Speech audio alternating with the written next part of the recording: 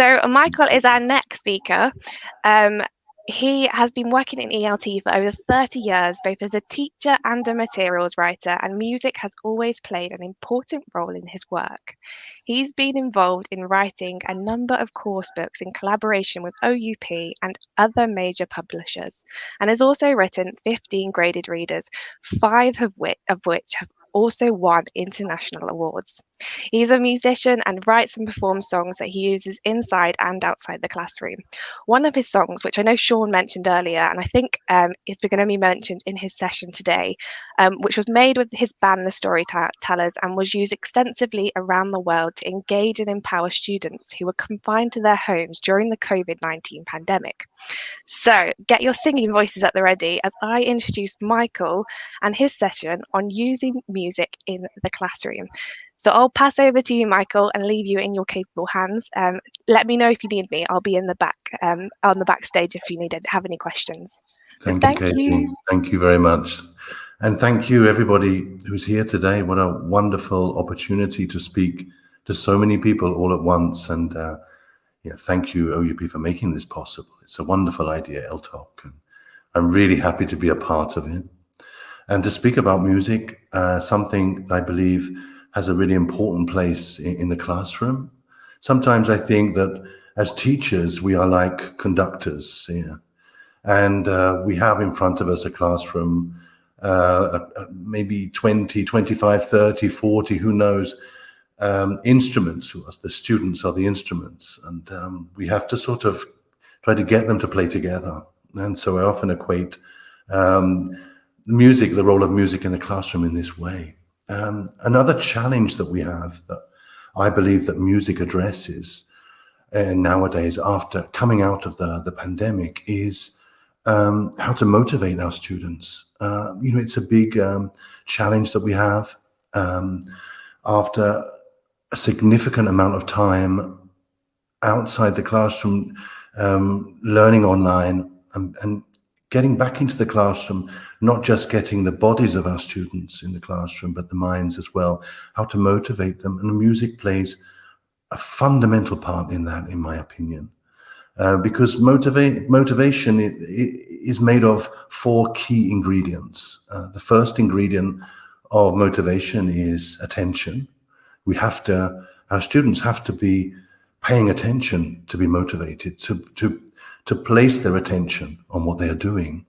And music grabs the attention of the student immediately. The second ingredient of motivation is relevance. It's very important that that what they are listening to or reading or doing is relevant to them and to their lives. And music it's very easy to find music that is relevant. The third ingredient is confidence.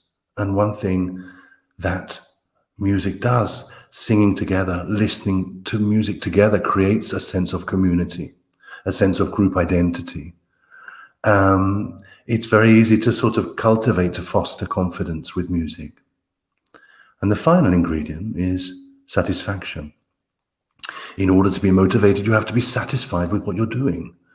And music is a very satisfactory experience for our students. It's one of those things that makes us human, to make music.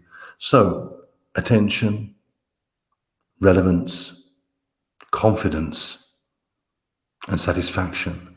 All of those boxes are ticked by music. So it plays a role in my opinion, in motivation, a very important one. I'm going to just quickly tell you how I'm going to organize this talk, and I've divided it into four sections. Into four questions, basically. The first question is, what music can I use in the classroom? Because there's so much music. Where do I begin? What do I choose? And the second question is, why is it so useful to use music? The third question I will try to answer is how we can use it in the classroom. And finally, where can we find it? So hopefully, trying to address these four questions, I will manage to tell you something about music in the classroom. Remember, when we do these kinds of things as a group, when we go to conferences, one of the reasons I think we go to conferences is to learn new things. And that's a fantastic thing. but also to confirm things that we already do.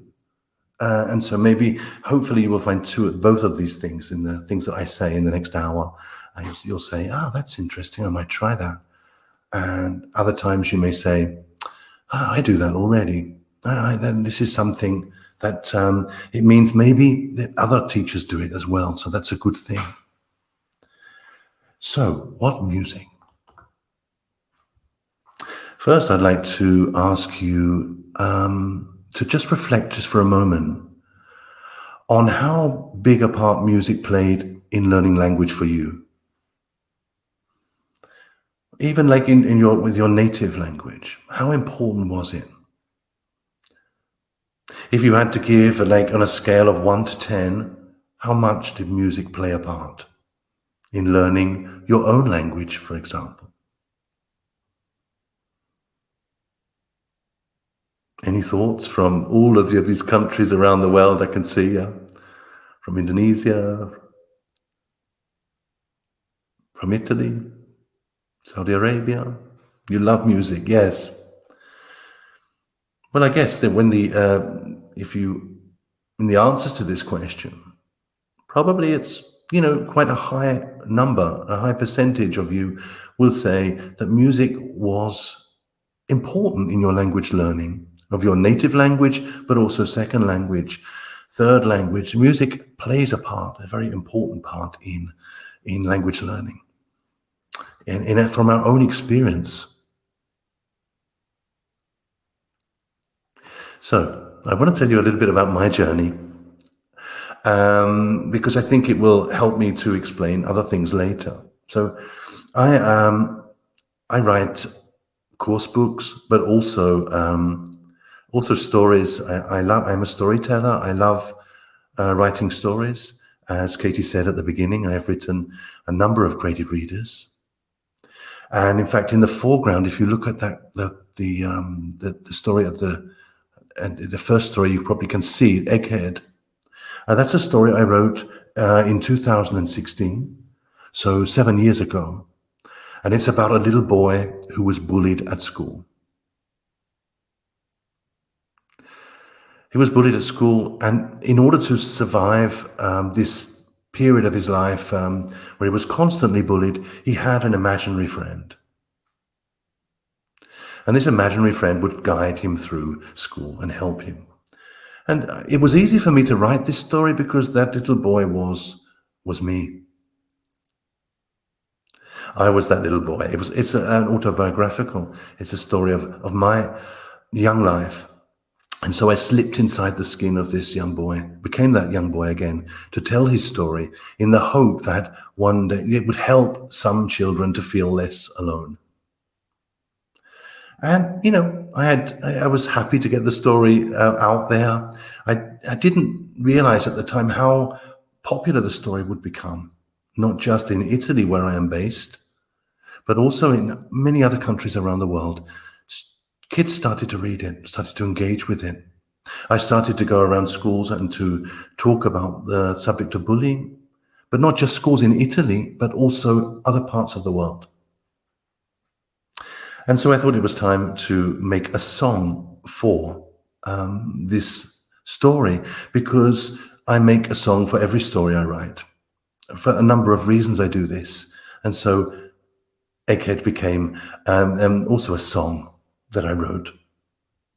And I just want to play you a little bit of this song now. I made a karaoke version, and Katie's going to put it on for me. Okay, Katie.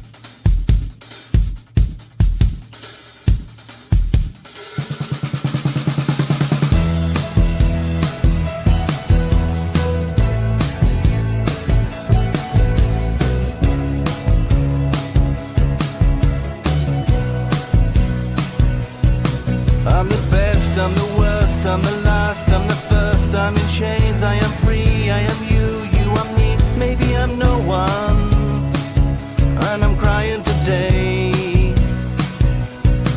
I will go, I will come, I will stay, I will run, I will cry, have some fun, I'm alone in the dark, can you hear me? I'm telling my story. You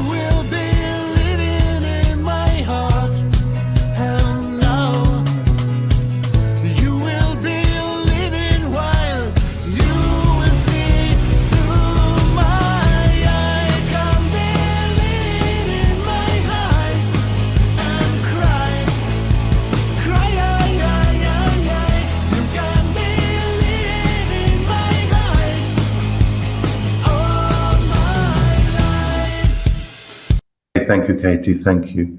So that's just a little snippet of the song. And so the song adds something to the story. The kids who had read the story listened to the song and were able to jump inside the song and make an interpretation of it. That the message of the song is, if you look at these words here, I'm the best, I'm the worst, I'm the last, I'm the first. It's basic. The basic message of the song is, I don't want to be treated in a special way. I want to be like everybody else. I want to belong. Sometimes I'm the best, sometimes I'm the worst. Sometimes I'm in between. I want to be just like everyone else. I can see from the chat box now that the point lots of people are agreeing with me about that. Lots of you teachers here saying that music is an important part of your learning. Lots of 10s, lots of 9s, lots of 8s. Yeah. And so this song added something to the story. But not only, sometimes what I found is that some people listen to the song first, and it was an entry point to the story. And this is something that just adds another dimension to a story for me. Let's just check your memory here. Can you fill in? Can you tell me here the words that are missing? You just heard the song, and you've just seen the first part on the slide. Can you tell me what the missing words are?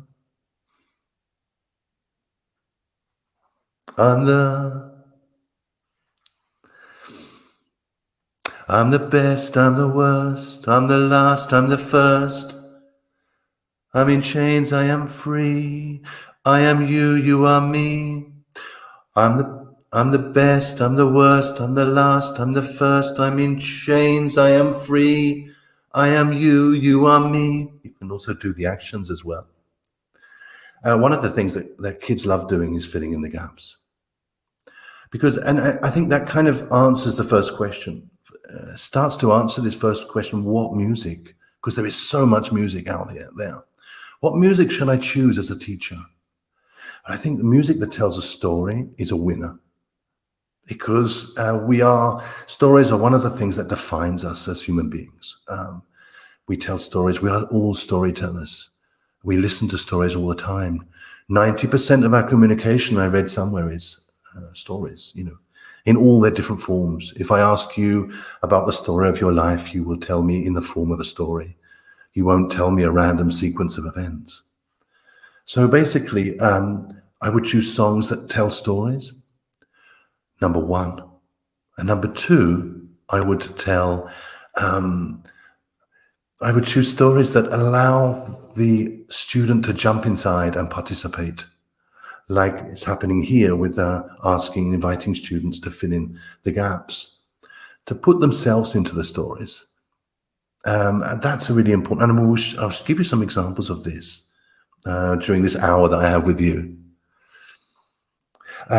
There's another song that I want to share with you now, which Katie mentioned, which is called Across the Sky.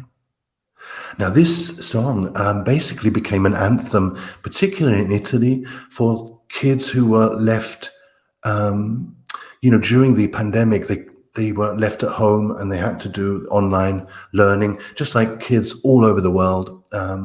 This period where we couldn't go out. Kids couldn't go out, and it was primarily for them.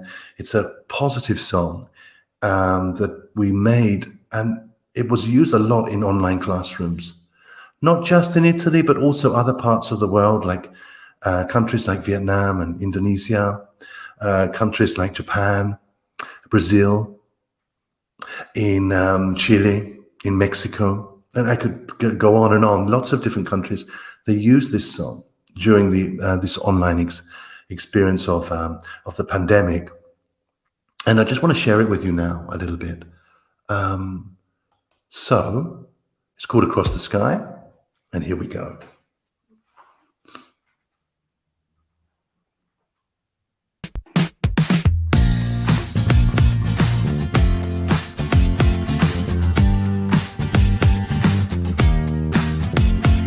Morning has arrived, the day is long.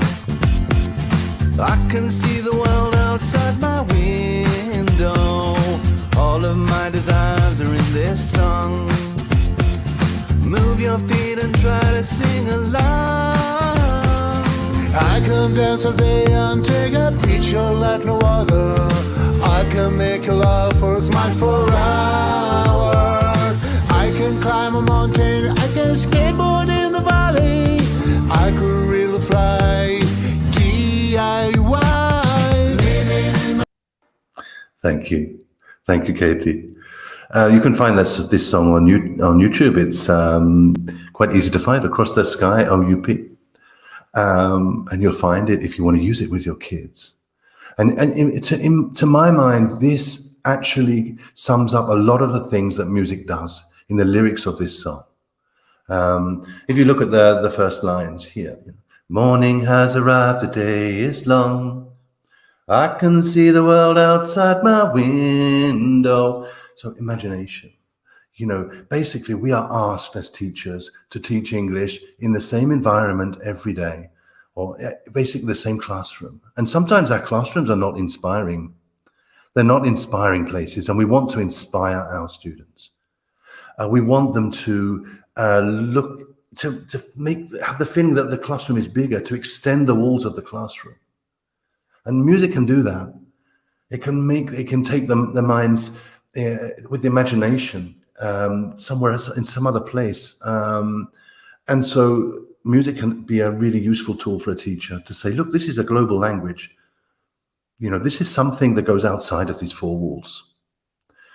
And just at the end, move your feet and try to sing along. Now, music and movement go hand in hand.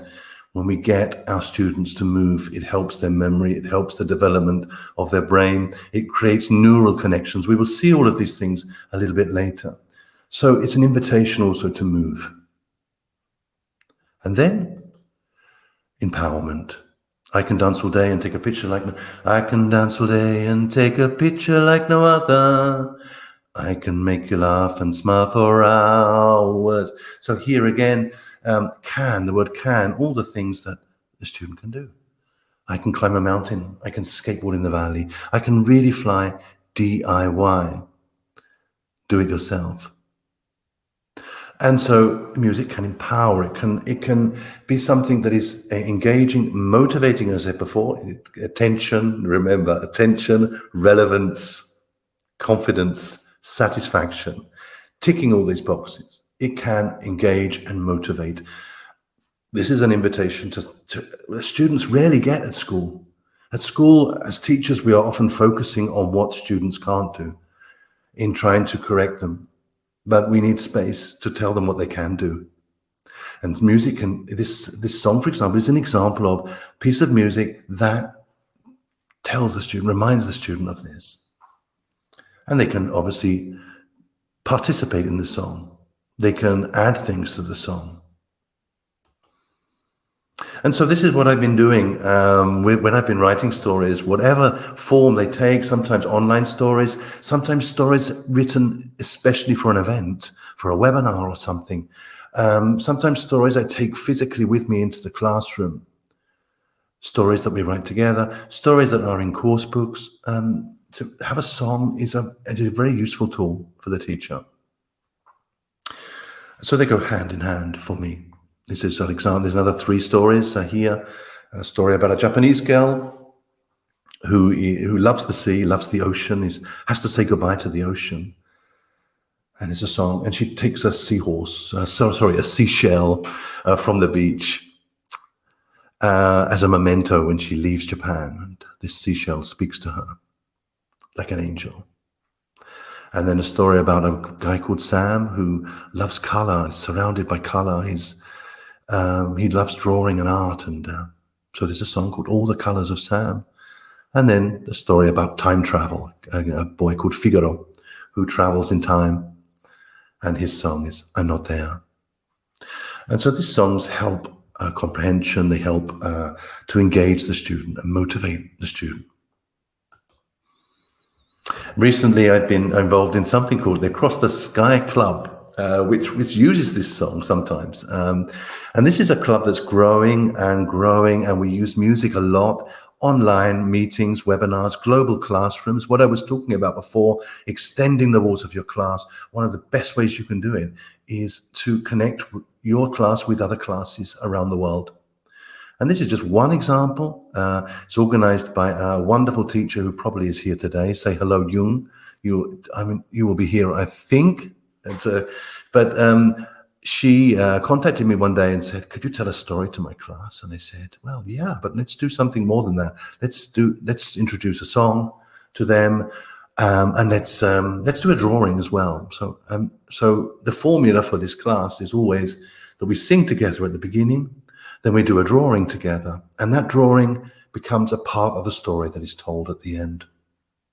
And this is the Across the Sky Club. It started with just Jung's class and myself, and now I think there are about 14 countries involved that log in. But not only that, these countries that are involved, the teachers, they also meet privately between themselves. There was a meeting last week, a teacher from Italy with a teacher from Nigeria, and they met and they sang together and told each other stories together. And so this is something that really helps us to motivate our students, this kind of thing, and it's really happening quickly. It's difficult to not see if you go online, if you use social media in any way, you will find teachers looking to connect. And I invite you to do the same, to connect with other teachers around the world. So Across the Sky Club. And there's this project which I've just started, because what I'd really like to do, it may be even to come back to you next year with a template of how to introduce a song and a story to a class and to use it to its best potential. So I'm involved in this project called CARE, which is just starting with a teacher in Indonesia called Ariana, and we are going to take the song and a story into a school in the Philippines. And the project is called CARE. CARE stands for C, conception. So there's a kind of template that we hope to develop to how to introduce the song and the story to the students.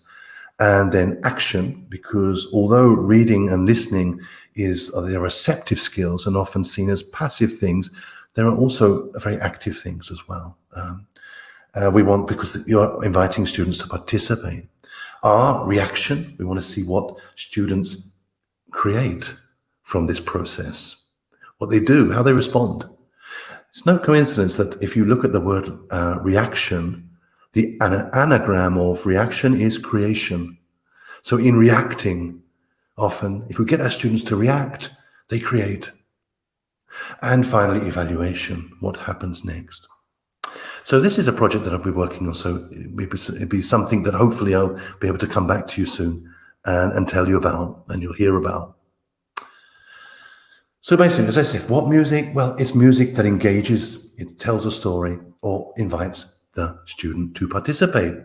So I move to the second part of the talk, why use music? And some of the questions I have already answered, obviously, because these questions overlap. Why should we use music? Well, as we've seen, they can foster group identity. You know, the Across the Sky group has a signature theme tune that is always sung. So it makes you feel part of a group. And you can do that in your class. You can even have a theme tune for your class, a song where, this is our song. You can also establish routines and maintain attention. You can use music in the class to signal to your students that it's time to work, that it's time to do a certain activity. And once you start that and make it to a habit, it can be quite an effective way of getting your class to place their attention on the moment, stop talking maybe at the beginning of a day. A song can say, okay, we're all together now, this is our song, and we're ready to work together. It also has a psychological impact. It creates a positive mood in the classroom, lowers the stress levels, makes the environment less threatening.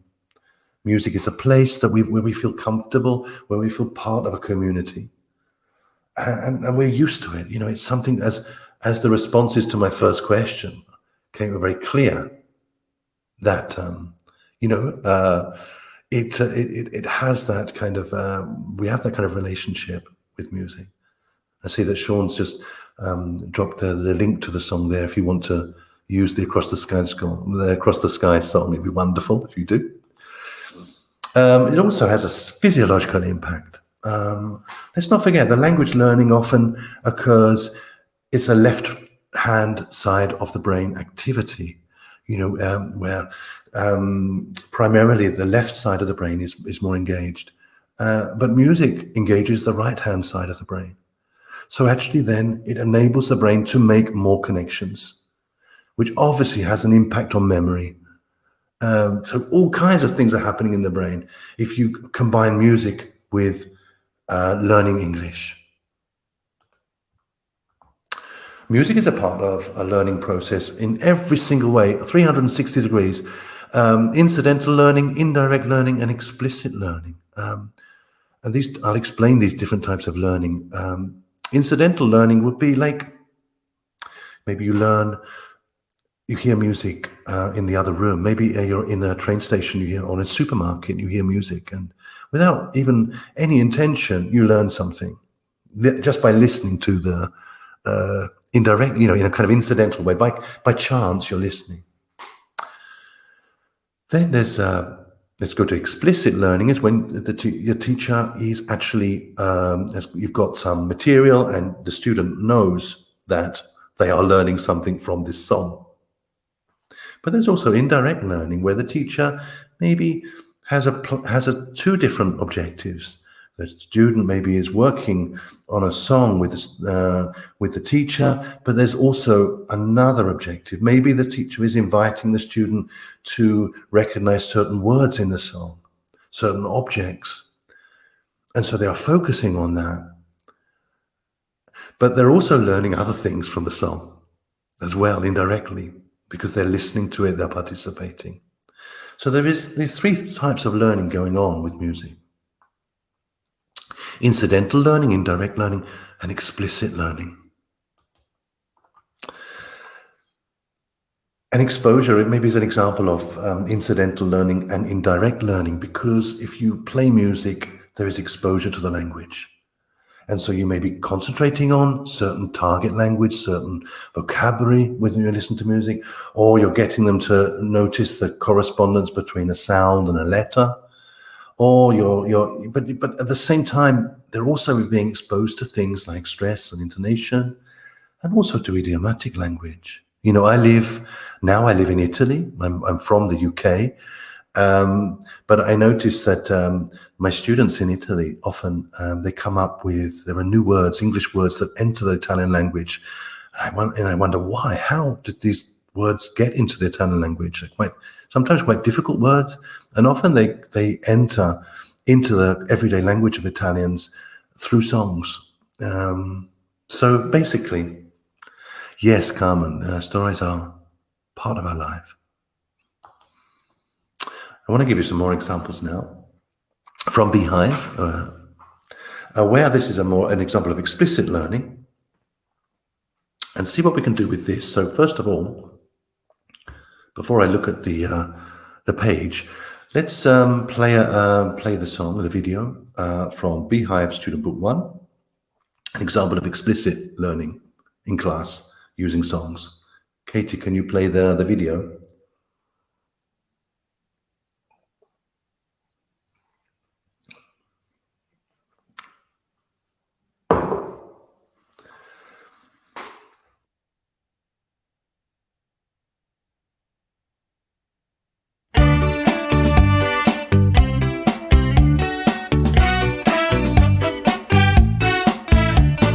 This is my bag, it's red and blue. I've got a pen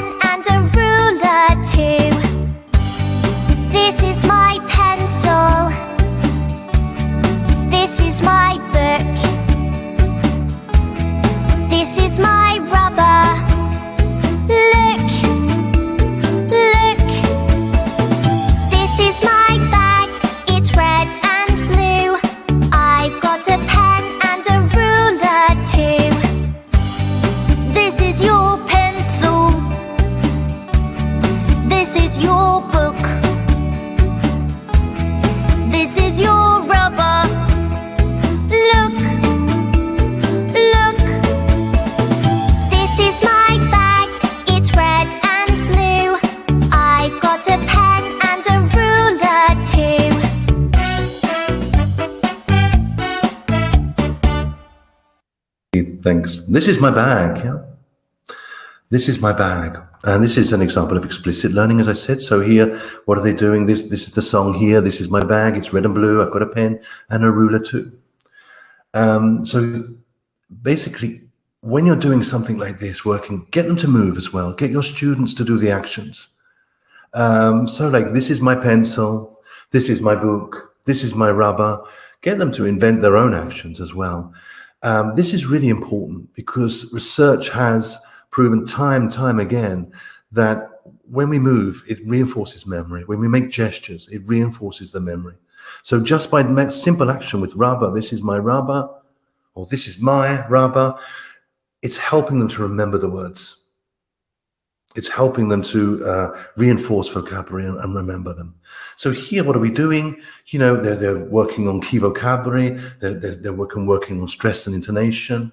Repetition obviously helps with memorization as well. And also with this kind of song, you've got that chance to sort of build on it and add things as the term goes on. You can add things to your bag, you know, and add items that belong to their bag. And this is what I'm talking about. They can participate in the song. They can personalize the song and make it and put objects that belong to them in the bag. They can ask you, you know, how do you say this? I want to put this in my bag. So that's the kind of thing that we're looking for. This kind of song where the student can participate. Let's look at another example. This is this is an example of how we're teaching structure a little bit more here, focusing on a grammar structure. It's the American version of Beehive. And if I can ask Katie to play this one as well, it's called I'm Listening to Music.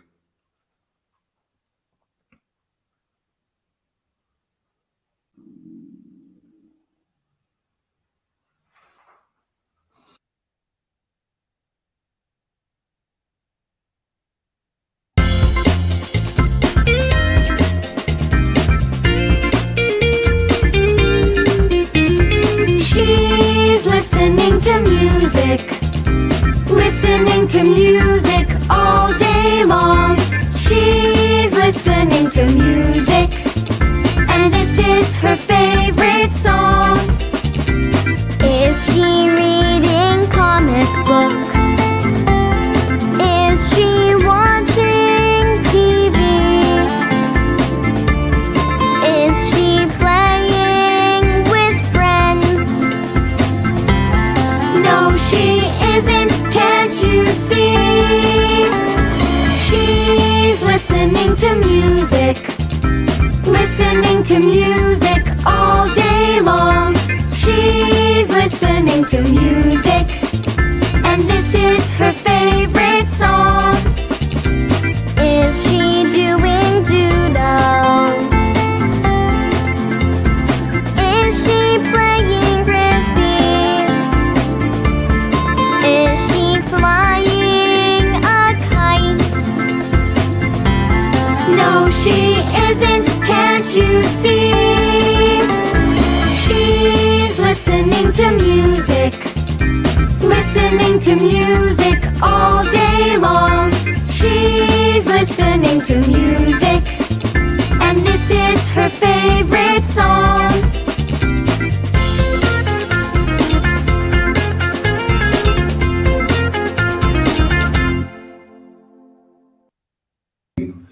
Oh, it's great fun reading the comments. You know, I think it was Nashima who said made an interesting comment about her student saying, "I feel like I'm in a movie," and that's a comment that one of the students in the Across the Sky group said when they were doing the Across the Sky activity, singing together. I feel like I'm in a movie. This boy said. So that's interesting. So it's very interesting reading your comments. Thank you. So basically, again, you know, here you can see actually there is a suggestion, play a mime game, which is what I was saying before, you know, using the mimes to reinforce vocabulary for this song, getting them to move. Again, reinforcing and helping with stress and intonation, using repetition. And, you know, you can change it. You can add things to it. The teacher can keep reminding your students by singing the same kind of melody when you're introducing new actions and new things. And again, the student can participate in it, you know. So to sum up, music can be motivating, empowering, and engaging, as we've already said. It can be an important tool to get our class working together. It can teach the pronouncing of function words, and something I noticed that on the chat there, we're talking about how across the sky can teach, there's a function word like can, you know, I can, you know, that kun sound. I can climb a mountain, I can skateboard in the valley. Kun. Repeating that. So function words, not just content words, not just keywords, but also function words. It can help teach our students. It makes vocabulary memorable. It helps them with connected speech, you know, like how words are connected together. You know, a cup of tea becomes a cup of tea, how the P connects to the O. To connect the words together, how consonants often are connected to vowels, that kind of thing. It can help with this. It can also boost confidence as well, as I've said more than once. It also creates a rich language environment. Again, helping our students to see outside the classroom.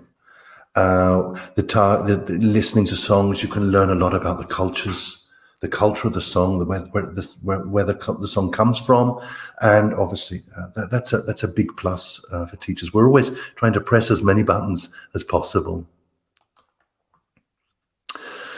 So how can we use music is the third thing I'm going to talk about now, and moving on. You know, there are three different ways: just listening, singing along, or performing. And all of these things have different advantages, bring different things to the table.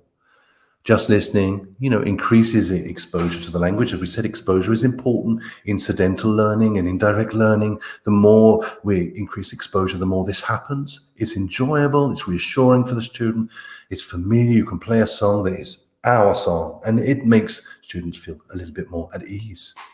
But a sing-along can develop fluency and kind of build up confidence. I think as well, music is one of the moments where whole class engagement becomes possible. That's really one of the greatest things, one of the things that a teacher always wants. I think what we always we want so badly is whole class engagement, where every single student is engaged. It happens rarely. We're always dealing with percentages. A high as possible percentage of the class is listening and being engaged, but music can actually do it. I remember once I was online doing an online lesson with students in Indonesia, and they'd read a story of mine, and there was a song as well that they had learned. And at a certain point, I was online watching, and the teacher said, "I've got a surprise for you." And the class stood up and started singing this song for me beautifully, with enthusiasm and energy. I'll never forget it. And there were a few students that were a little bit diffident, they were a bit shy, but after about a minute they were singing as well, because it's contagious. You can't stop it, you can't help yourself. I was moving when I'm listening to the songs. Maybe you were as well. But what I remember about that moment most of all was the smile on the face of the teacher in Indonesia. He was smiling, and I know why he was smiling, because he was watching his entire class engaged, whole class engagement. Well, I mean, it is what we all want. You know, it's what we do teaching for.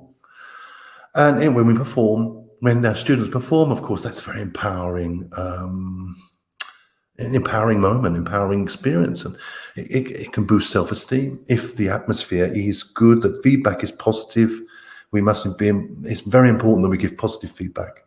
We don't focus on error here. We let them sing. We let them engage. We let them, you know, extend the whole experience of learning language.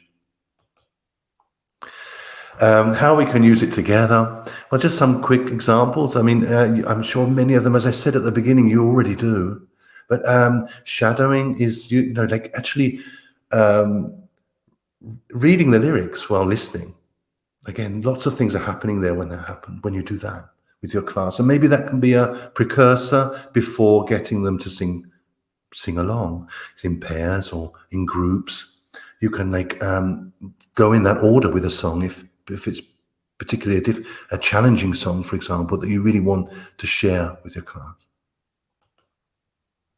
You can create cards, matching exercises. For example, it's My Bag, the song that you heard before. You can create some cards maybe with some of the objects in the bag and get the students to put them in the right order. And then they can listen to confirm. Or with the I'm listening to music exercise, you can cut the sentences in half and get your students to match them, and then again to confirm when they listen to the song. That's, it's a fairly simple exercise, and they feel as that they can do it, and it helps a lot with confidence, I think. Playing games. We love playing games. All of us do. And with music, it's an invitation to play games. Just one example today. I'm sure you play games with your students. Fill in the gaps. That is something, where if you take some of the words out, as I did with you at the beginning with the crying song, to remember, what were the words that are missing? Wow, what were they? And there are websites where you can play these games, and it's wonderful. Wonderful. You can also create dialogues with lyrics. This is a wonderful opportunity to do some kind of, some form of mediation with, you have a song. And maybe you can divide if you have, I noticed in the last session that some of you have big groups of students, and maybe you can invite them to listen to 3-4 different songs. Each group listens to a different song. And then they create a dialogue from the song that they can show to another group before they listen to the song. And that's a nice way of mediating, a nice way of taking the song, the lyrics of the song out and creating something else with it that will help the person who is listening to understand it. So creating dialogues is also very effective. And something I think is really important, and I'm just learning about this now myself, how fundamental it is, movement is in helping us to learn. When get them to perform actions. Movement helps us to remember. It also helps the development of our brains. It increases oxygen flow, cognitive flexibility, and attention and focus. It reduces stress levels. Lots of things are happening to our body when we move and listen to music.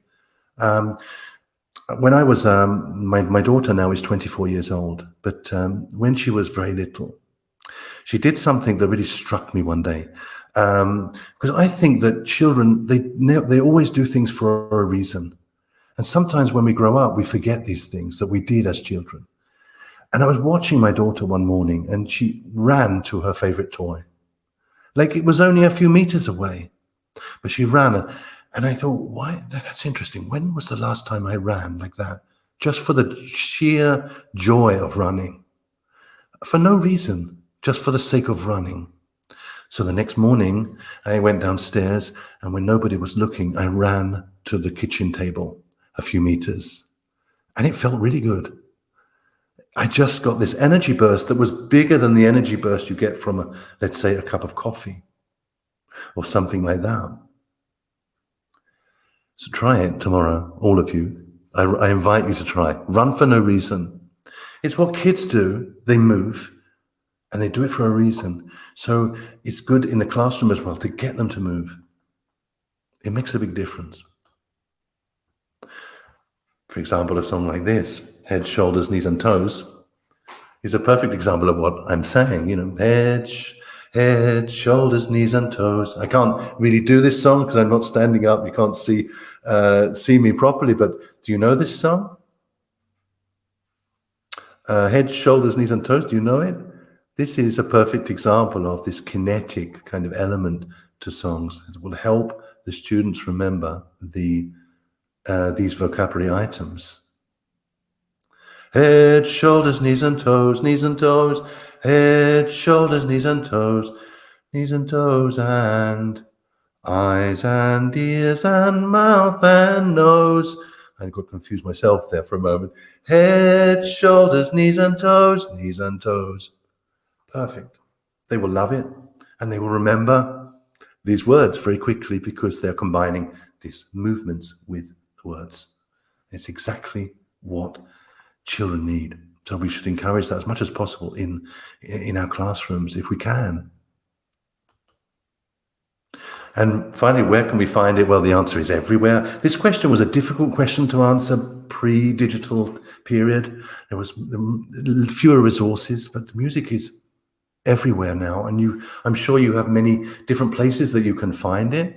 And you can try things out. I can give you a few sites here now. First one, lyricstraining.com, I invite you to have a look at. Some of my songs are on there, and I'm very proud of that fact.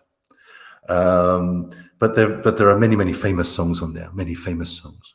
But there are also songs like for different periods of the year, like Halloween, if you want to focus on something like that. Different kind of themed songs for different moments of the year, the new year or whatever it is. And it's great because you go into this site and you choose a level. It can be beginner level, intermediate, advanced, I think. You choose a level, let's say beginner level, and you choose your song. And then the song plays and it stops at a word that is blanked out. And it will not, the song will not continue until you type in the right word. So this is great fun. It's non-threatening because you are correcting it yourself. No one is behind you correcting you. And you can try and try again until you get it right.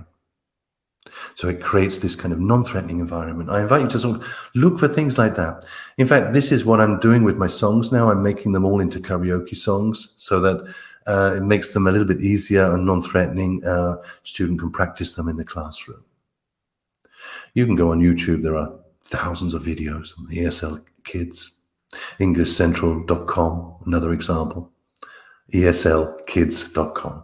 Just some of the examples of places that you can go to, you can visit and try out. And, you know, I'm going to obviously try and leave some space if there is for some questions, but I just want to say one more thing. Jung, the person I collaborate with, she's here today with the Across the Sky group. She said something to me today. She said, so what time are you sharing? And I love that. She said, what time are you sharing? And that's what it is really, what I've done. And what we do and what we've done here today together, it's me sharing something with you, something that I feel really passionate about. And so thank you for listening to me, sharing these ideas, for being a part of it and participating in it with me. I hope that I've told you about some new things, and also I hope that I've confirmed some things that you already do in class. Yeah. So I'll leave some space for some, if there are any questions that you may have. I think I've got some time, haven't I, Katie? Yeah, thank you, Michael. So if you head over to the Q&A section, you should be able to see the questions. Feel free to go through and pick someone that you'd like to answer. Oh, playlist. Yes, there's a question about playlist. How can I create a playlist like you for EFL students? You are very creative. For me to create the lesson plan with right songs will take time. Is there any tips? Yeah, a playlist. I think it does take time. And if you take the long view, I think with this and store songs that connect, keep hold of them and get a collection of them that you can use. Over time, you will get like these songs that work. You'll find them. Oh, thank you for putting it up that's wonderful, so that everybody can see it. That's what I tend to do. There's songs that work. I noticed in the chat that someone mentioned, this is quite a high level song, but If I Had $1 Million, which I use with my students at the advanced level for the second condition, for example. And when I heard that song, I thought, this is a winner. Okay, if I need to explain the conditional, I'm going to use that song. It's a song by a group called Bare Naked Ladies, and it's called If I Had $1 Million. So I think that you create a playlist. I was speaking to a teacher yesterday, who has a book club, a reading club. And the reading club, one of the members of the reading club, it's a language learning opportunities for people who are learning English. And they create a playlist for every story they write, every story they read. That really struck me.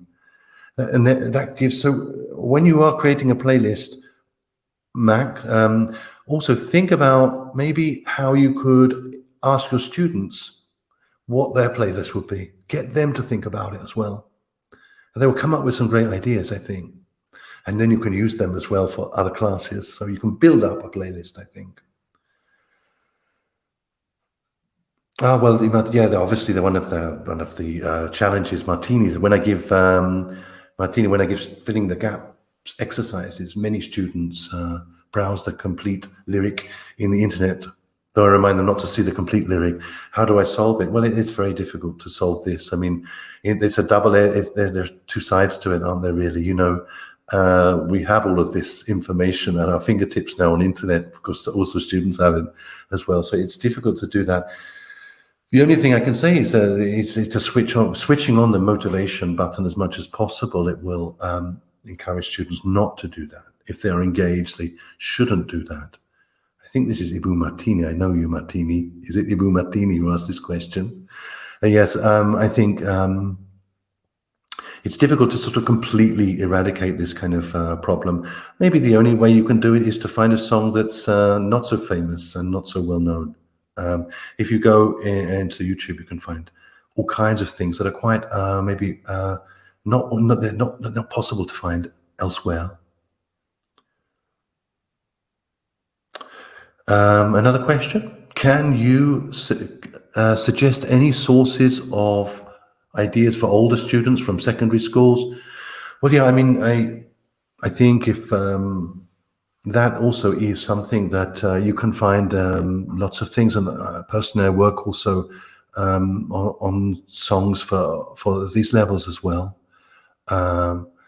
So you can find, I think, the same kind of places like YouTube, for example, and lyrics training. You can find all the kinds of things you want there. And, basically, I think what we're about as teachers is thinking about two things: skills and challenges. We need to give our students the challenge that is interesting enough for them. But we also have to take into account their skill level. And that's what we're doing. We're always trying to adjust that.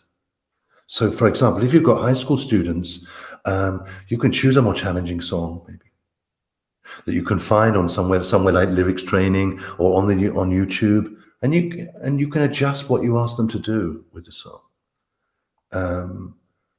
But there are graded readers and stories that you can also use which you can use music for. If you high school, you give your students graded readers and stories to read, you can actually ask them to find playlists that are suitable for that song.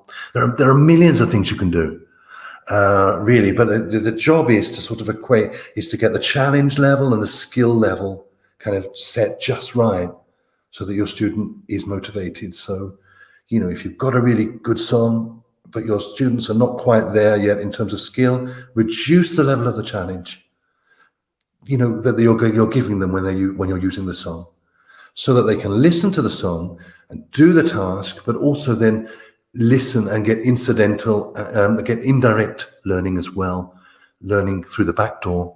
So the job always when you get a song is to try to sort of think about how to calibrate it, how to adjust it so that it'll be perfect for your students. Remember, it's your orchestra, they're playing the instruments and you are the conductor. And so you're the one that can know more about how to adjust the task accordingly. But I think there's just so much material out there now. Are there any other questions? How can music be used in the classroom without disturbing other classes? This is from Bismarck A. How can music be used in the classroom without disturbing other classes? This is a problem, and this is where you need the collaboration of your fellow teachers to work out, a schedule where you can do this. Absolutely, it's a problem. The noise level factor. So, but that's another thing that you have to work out some way where you take turns maybe I'm going to make a little bit of noise, at the beginning of the lesson, and then I'll stop. And if may I know if you have any obstacles? Just stop me, Katie, when my time's up, because obviously I could talk about this forever, but I know I haven't got forever. No worries. You've still got about 5 minutes, so Oh, carry on. okay.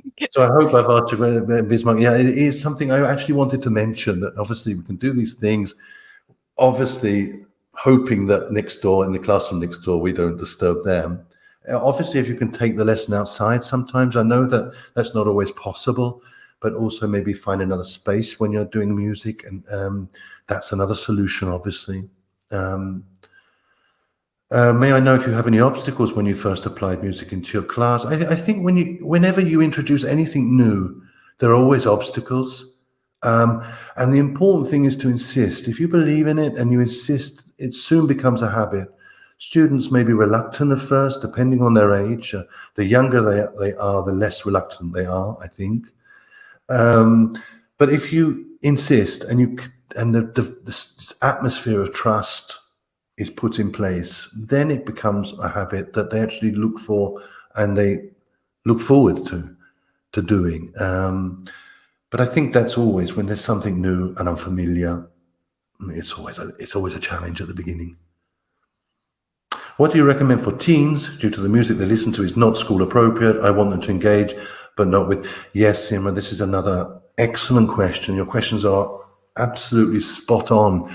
There are concerns. I mean, with the songs I write, I mean, in Italy, rap is very popular, and it's a kind of rap that is quite difficult for me to relate to, difficult for me to reproduce without sounding false, because it's a music that belongs to them. So you have to find some kind of middle ground. There will be teens who will resist for that reason, that kind of song, the Across the Sky, for example. Most students seem to love it, the teens, but there are some that think it's not cool. And I think, again, it's a question of adjusting the task to make them feel less embarrassed, maybe instead of asking them to perform the song, maybe to work on the song, on the vocabulary, the language within the song. Then they'll feel a bit happier about it. If they're asked to perform and they don't like the song because it's not cool, it's not reggaeton or whatever, then it's much more difficult. It depends on the class, it depends on the context, it depends on the song. So I hope that answers your question a little bit, at least, Dima, but it is a concern. You can't really reproduce rap or reggaeton or whatever. So what do? You have to find these songs that are a bit more neutral, but they are real songs, that they are, and if they connect to a story and to an activity and to a task, then it becomes easier for them to relate to it, because it's a separate kind of music listening activity. It's not their normal kind of listening activity. What kind of music could help teenagers to speak better English? I think it's difficult to come up with. This is Linda Lee. Thank you for your question. It's difficult to think of one particular kind of music that helps better, or one. I just think what we're dealing with here as well is nudging. We're trying to gently nudge our students in a certain direction. We are the conductors, yeah, but what we want our students to do is to go home and continue listening to music in English, and to get things from it, to listen to the lyrics, to pay attention, to find music that's relevant to them, that helps them to be confident, that they are satisfied with. If we can create a habit in class, that it becomes something that they do outside class. It becomes something extensive that extends. That's really what we want. So, it's just giving that a little gentle push. Cultural barriers, Joseph, this is another question that is important. How do we overcome cultural barriers when it comes to playing music in the classroom? Well, yeah, I think music is one of the few things that can do it. Because that Indonesian class that I talked about, who sang my song for me, there were a lot of students who were, I think, the teacher told me afterwards, were reluctant even to speak in class. But they ended up singing. Somehow singing seems to be a bit easier than talking, especially when you're doing it with others. I would say that the cultural barriers is just invite, if you have that kind of challenge, then do a lot of singing together. So that if that student doesn't feel like singing, or those students, they can just stand there and move their lips or just stand there. And when they feel it's right, the time is right, maybe if it ever comes, then they can sing. But don't force them. I think, as my colleague said before me, important not to sort of force it, to let it gently happen, to create an environment where it can happen. I can see Katie now has emerged in the video, so I imagine that means, oh gosh, how many questions? There's so many questions, and there were so many lovely comments as well, Michael. Everyone loved your session, and those songs. Thank you. And actually, it's quite funny because after we met the other day, I rewatched the videos that you shared at the beginning, and then I went to go and get a cup of tea, and then I found myself singing them as I was getting a cup of tea. So they're so catchy. That's such a lovely thing to say. Thank you. Don't tell. I hope Sean is not listening to that, because he'll be worried that you'll start singing it too much, because he's heard that song many a time. But I won't start singing now. You don't want to hear me sing. Switch it off, Katie. Don't let it get inside your head. It will never leave you. It's so catchy, isn't it? It is so catchy, especially when you hear it every day of lockdown, as Michael and I did. Yeah, we did a lot of. We heard that song a lot, but I that song. Songs also, they're connected to memories and moments and good moments. So I hope it's good moments that they're connected to. That song. Definitely. But thank you so much for today. That was such a great session, and everyone thoroughly enjoyed it.